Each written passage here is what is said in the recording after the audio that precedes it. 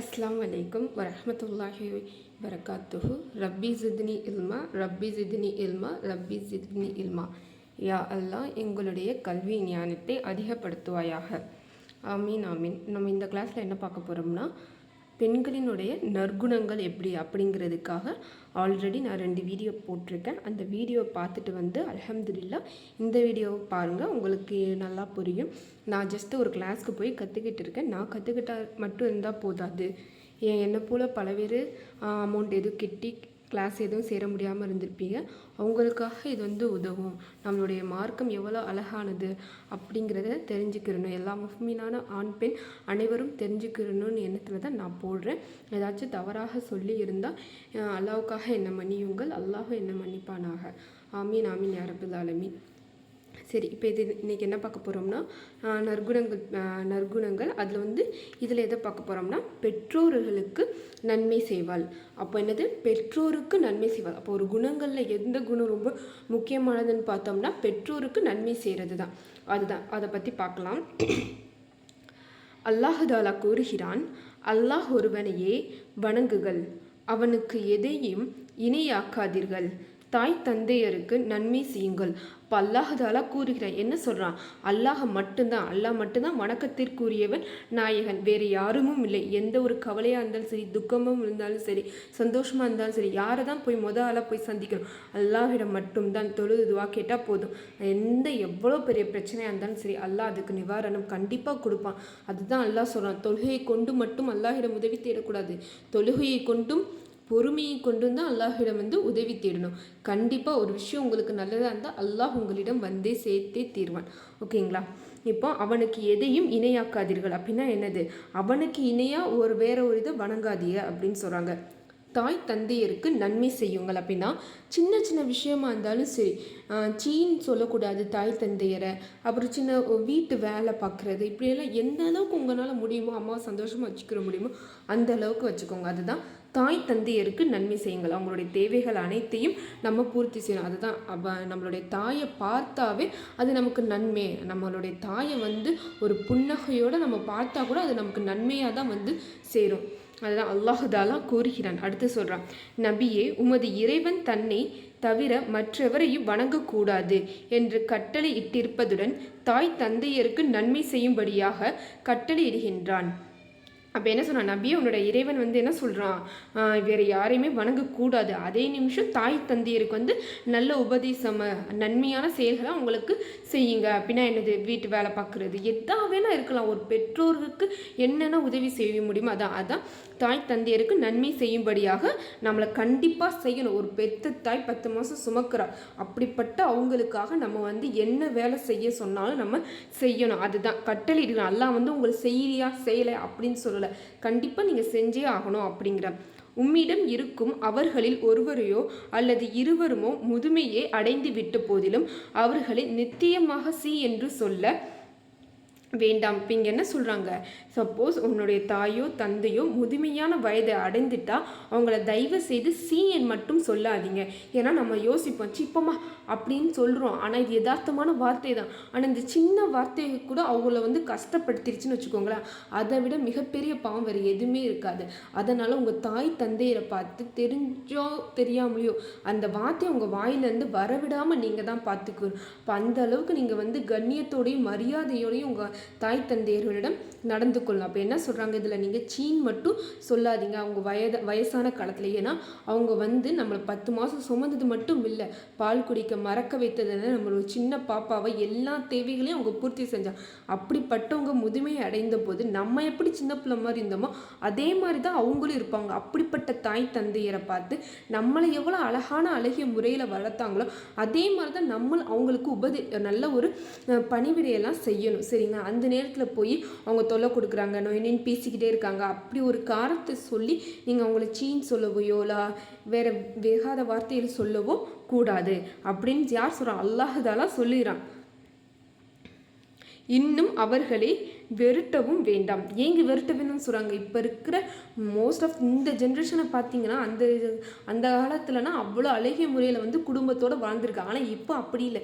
எதுக்கெடுத்தாலும் கல்யாணம் ஆகிடுச்சுன்னா நம்ம விட்டு பிரிஞ்சு வா அப்படி இப்படின்ட்டு. எப்படி முடியுது? அவங்களுக்கு உங்களை மாதிரி தான் அவங்களுக்கு அம்மா இருக்குது. எல்லாருமே அவங்களுக்கு அம்மா தானே இருக்குது. அப்படிப்பட்ட அம்மாவை போய் நீங்கள் பிரிஞ்சு வாங்க, அம்மாவை போய் வேறு இடத்துல, அது எப்படி விரட்டம் வேண்டாம்னு என்ன சொல்கிறான்? வீட்டை விட்டு விரட்ட வேணாம். அப்படி ஒரு சூழ்நிலை வரணும். இப்போ அந்த காலத்துலேயே எல்லாத்துக்கும் தெரிஞ்சிருக்கு. அதனால தான் அது நமக்கு பாடமாகவே சொல்லியிருக்காங்க, விரட்ட வேண்டாம். அவர்களிடம் எதை கூறிய போதிலும் மிக்க மரியாதையாகவும் அன்பாகவும் பேசுகிறாங்க. அவங்க உங்ககிட்ட எதை கூறினாலும் சரி, நீ என்ன சொன்னாலும் சரி, ஆனால் நீ உன்னுடைய ஒரு பிள்ளையோட கடமை என்ன? மரியாதையாகவும் அன்பாகவும் பேசுவீராக. ஒரு தாய் பேசும்போது கோவம் வந்துச்சுன்னா அவுது பில்லாஹிமின ஷைத்தான் சொல்லுங்க. அதுக்கு மேலேயும் கோவம் வந்துச்சுன்னா நிற்கும் போது கோவம் உட்காருங்க, உட்காரும் போது கோவம் வருதா படுத்துருங்க. அப்படி தான் ரசூலுல்லாஹ் நமக்கு சொல்ல, நம்மளுடைய கோவத்தை என்ன செய்யணும்? விழுங்கணும், இல்லைன்னா தண்ணி குடிச்சிருங்க. இதுதான் நம்மளுடைய கோவத்தை போக்கக்கூடிய வழி. அல்லாஹ் தாலா கூறுகிறான், அவர்களுக்கு மிக்க அன்புடன் பணிந்து நடப்பீராக. அவர்களுக்கு எப்படி நடக்கணும்? நம்ம ஏதாச்சும் ஒரு பணிவிடை செஞ்சு இந்த அப்படி சாப்பிடு அப்படின்னு சொல்லக்கூடாது. அவங்களுக்கு அன்புடன் கொடுத்தா அவங்களுக்கு பணிவிடை செய்யும்போது அந்த அன்பு இருக்கணும். ஏன் வேண்டாம் வெறுப்பா அப்படின்னு செய்கிறது அவங்களுக்கு தெரியும். ஸோ அதை கூட நம்ம கவனத்தோடு அன்பாக செய்யணும். யாருக்கு? பெற்றோர்களுக்கு. மேலும் என் இறைவனே, நான் குழந்தையாக இருந்தபோது மிக்க அன்பாக என்னை அவர்கள் வளர்த்து பாதுகாத்தவரே, நீயும் அவ்விருவரும் மீது அன்பும் அருளும் புரிவாயாக என்று பார்த்திப்பீராக. அப்படின்னா என்ன சொல்கிறாங்க இங்கே?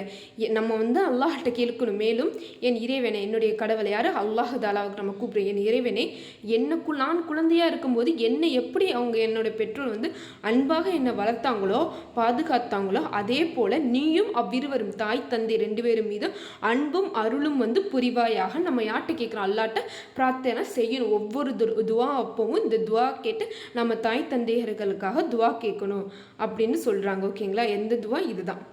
ஓகேங்களா? வஹ்ஃபில் லஹுமா ஜனாஹு துல்லி மினர் ரஹ்மதி வக்குர் ரப்பில் ஹம்ஹுமா கம ரப்பயானி ஸஈரா. அஸ்தக்ஃபிருல்லாஹ், தவறாக இருந்தால் மன்னியுங்கள். இந்த துவாவை கேட்டு நீங்கள் வந்து பிரார்த்திங்க. ஒவ்வொரு துவாவிலையும் இது கண்டிப்பாக நீங்கள் வந்து சொல்லணும். ஸோ ஸ்க்ரீன்ஷாட்டு கூட எடுத்து வச்சுக்கோங்க.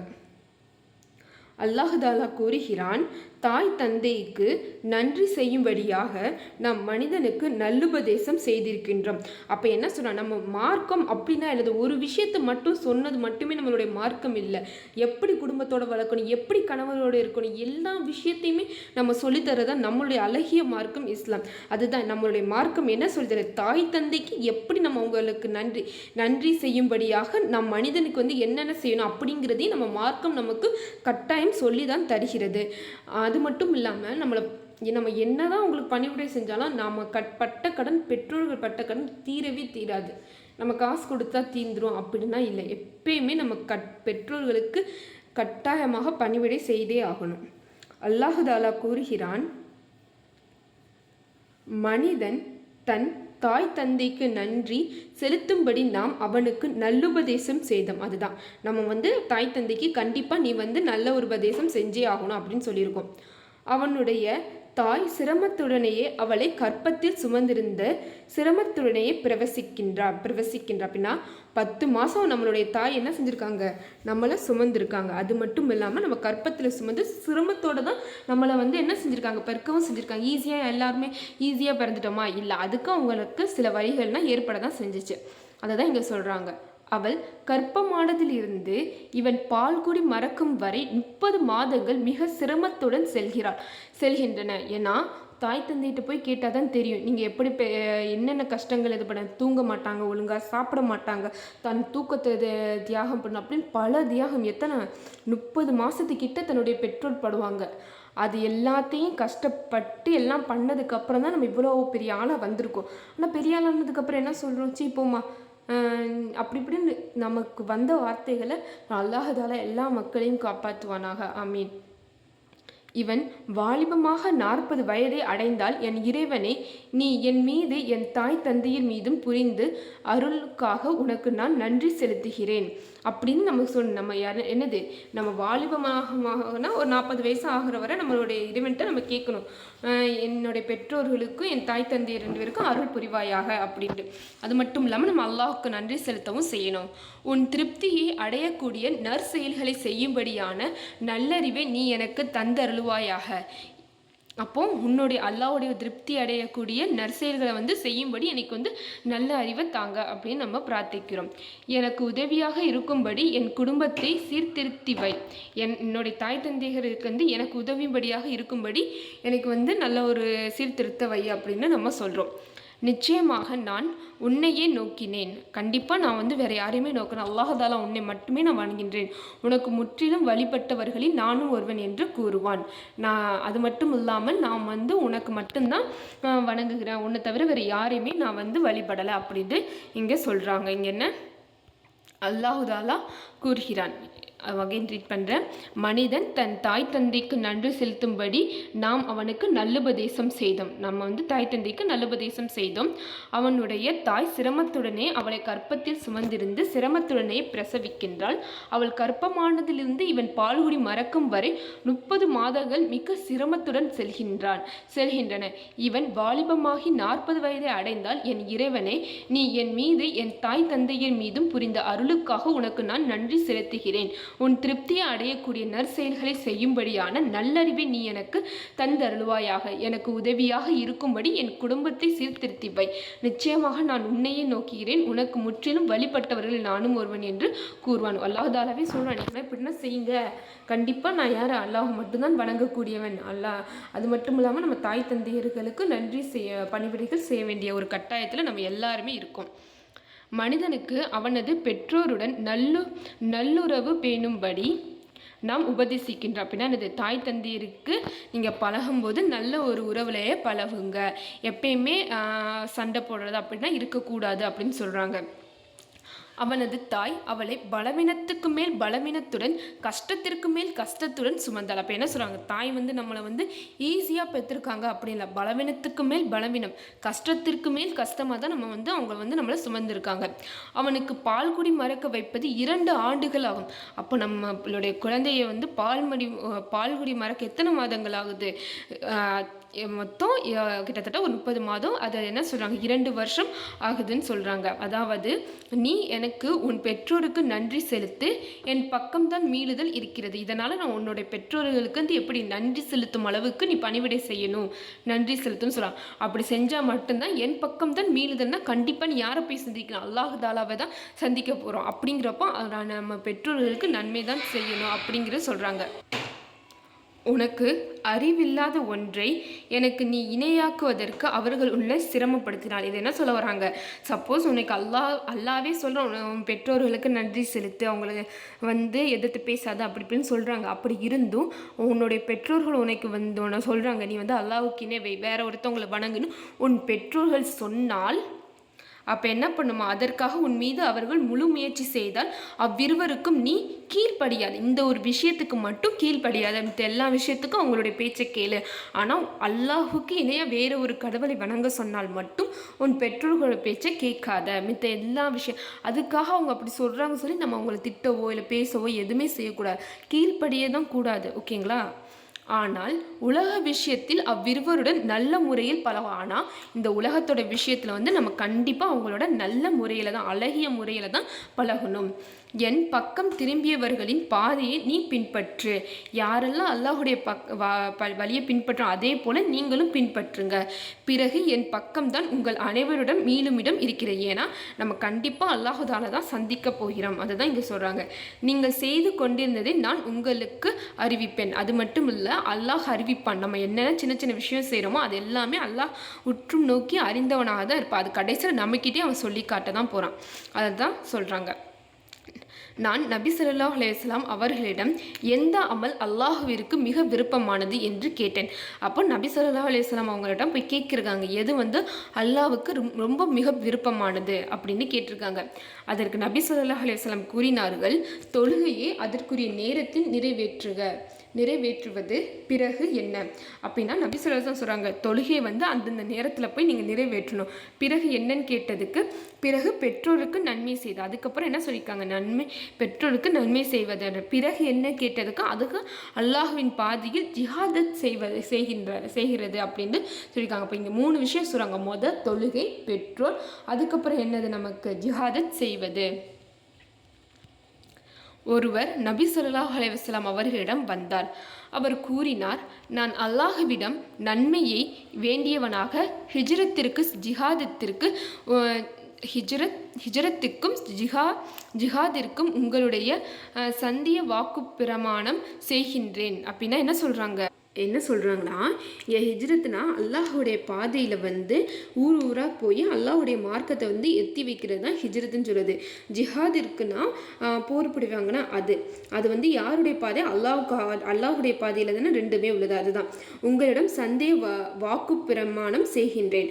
அதற்கு நபி ஸல்லல்லாஹு அலைஹி வஸல்லம் அவர்கள் கூறினார்கள், உன் பெற்றோரில் ஒருவராது உயிருடன் இருக்கிறாரா? அது என்ன சொல்கிறாங்கன்னா, நபி ஸல்லல்லாஹு அலைஹி வஸல்லம் உங்கள்கிட்ட வந்திருக்காங்க. அவங்க சொல்கிறாங்க, நான் அல்லாஹ் நன்மை செய்ய போகிறேன், எப்படின்னா ஹிஜ்ரத்து இல்லைனா ஜிஹாதத்துக்கு போக போகிறேன் அப்படின்னு சொல்கிறாங்க. அதற்கு நபி ஸல்லல்லாஹு அலைஹி வஸல்லம் சொல்கிறாங்க, அவங்க கிட்டே கேட்குறாங்க, உன்னுடைய பெற்றோரை ஒருவராது உயிருடன் இருக்கிறாங்களா? அதுக்கு அவங்க சொல்கிறாங்க, அவர் ஆம், மாறாக அவர்கள் இருவருமே இருக்கிறார்கள் என பதில். அதுக்கு அவங்க சொல்லியிருக்காங்க, இல்லை, என்னுடைய 2 பெற்றோருமே உயிரோட தான் இருக்கிறாங்க. நீ அல்லாஹ்விடம் நற்கூலியை வேண்டுகிறாயா? அதுக்கு ரசூலா கேட்டிருக்காங்க, நீ அல்லாஹ்விடம் வந்து கூலியை எதிர்பார்க்கிறாயா, நற்கூலியை எதிர்பார்க்கிறாயா அப்படின்னு கேட்டிருக்காங்க. அதற்கு அவர்களுக்கு சொன்னாங்க, ஆம் என்றார். ஆமாம், நான் அல்லாஹுடைய நற்கூலியை தான் நான் எதிர்பார்க்குறேன், அதனால தான் நான் ஹிஜ்ரத்தும் சரி ஜிஹாதத்திற்கு போகலாம்னு சொல்கிறேன் அப்படின்னு சொல்கிறாங்க.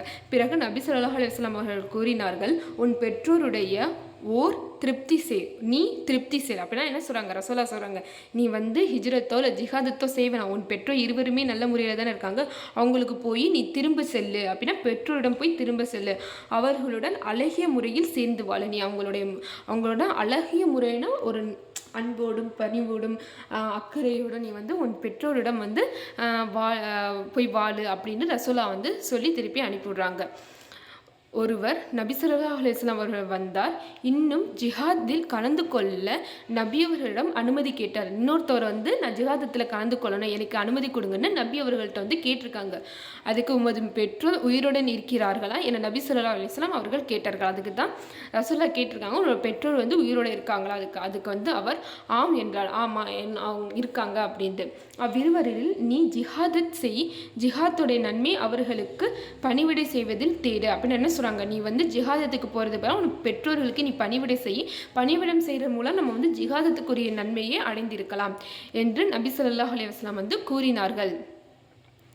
நிச்சயமாக ஜுஹைனா குலத்தை சேர்ந்த ஒரு பெண் நபி ஸல்லல்லாஹு அலைஹி வஸல்லம் அவர்கள் வந்து, என் தாய் ஹஜ்ஜு தான் செய்ய வேண்டும் என்று நேர்ச்சை செய்திருக்கின்றார். இப்போ இங்கே என்ன சொல்கிறாங்கன்னா, ஒரு பெண் வந்து சொல்லியிருக்காங்க, இப்படி வந்து என்னுடைய தாய் வந்து ஹஜ்ஜு செய்யணும்னு சொல்லி நியத்து வச்சுருந்தாங்க.